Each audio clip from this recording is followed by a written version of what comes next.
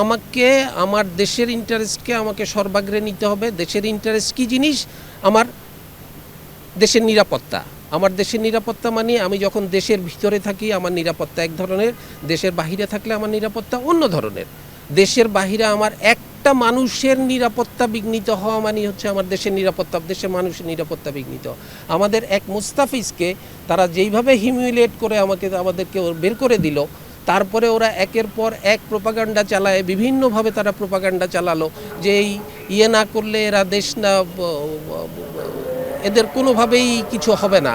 তো তারপরে আমরা কোনোভাবেই আমরা ওদের পুরা একটা মুস্তাফিজের জন্য যদি আমরা না করতে পারি, নিশ্চয়তা আমরা না পাই, আপনারা চিন্তা করতে পারেন যে আমাদের এই এত খেলোয়াড়রা সবাই যাওয়ার পরে কারো একজনের গায়ে যদি কোনো একটা পড়ে, তখন আপনারাই তো আমরা মানে একসাথে পড়বেন যে দেশ কী করলো, ক্রিকেট বোর্ড কী করলো, এত নিরাপত্তা চিন্তা ভাবনা না করে ওদেরকে কেন পাঠায় দিল, তখন আপনারাই বলবেন। আজকে যেই আপনারা ওদের পক্ষে কথা বলতেছেন, তখন এরপরে আপনারা ওদের আবারও ওদের অন্য পক্ষ নিয়ে আপনারা তখন বিসিবিকে আবার আপনারা আঘাত করবেন, কারণ কেন পাঠালো।